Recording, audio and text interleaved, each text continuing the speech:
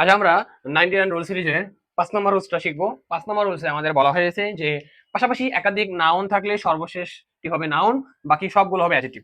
এখন ধরো পাশাপাশি তিনটা নাউন আছে, ধরো আমি লিখলাম না, আমি বোঝানোর জন্য ফটো দিলাম যে একটা নাউন, দুইটা নাউন, তিনটা নাউন আছে। তাহলে এর মধ্যে অ্যাডজেক্টিভ কারা, নাউন কারা?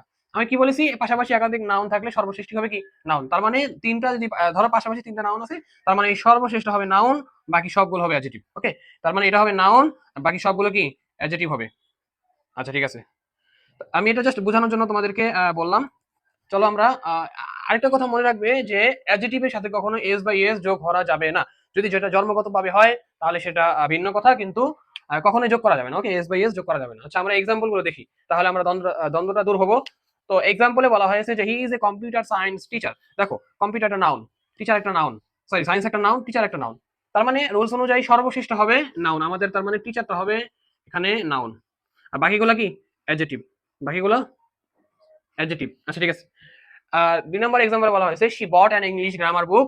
তাহলে এখানে তিনটা নাউন পাইতেছি আমরা, ইংলিশ একটা নাউন, গ্রামার একটা নাউন, বুক একটা নাউন। তার মানে আমাদের বুকটা হচ্ছে যে নাউন, রুলস অনুযায়ী বুকটা নাউন, ইংলিশ আর গ্রামারটা হচ্ছে কি অ্যাডজেক্টিভ।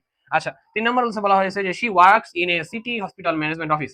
তার মানে আমরা এখানে তিনটা কি তিনটা নাউন, সরি চারটা নাউন কিন্তু পাইতেছি এখানে আমরা।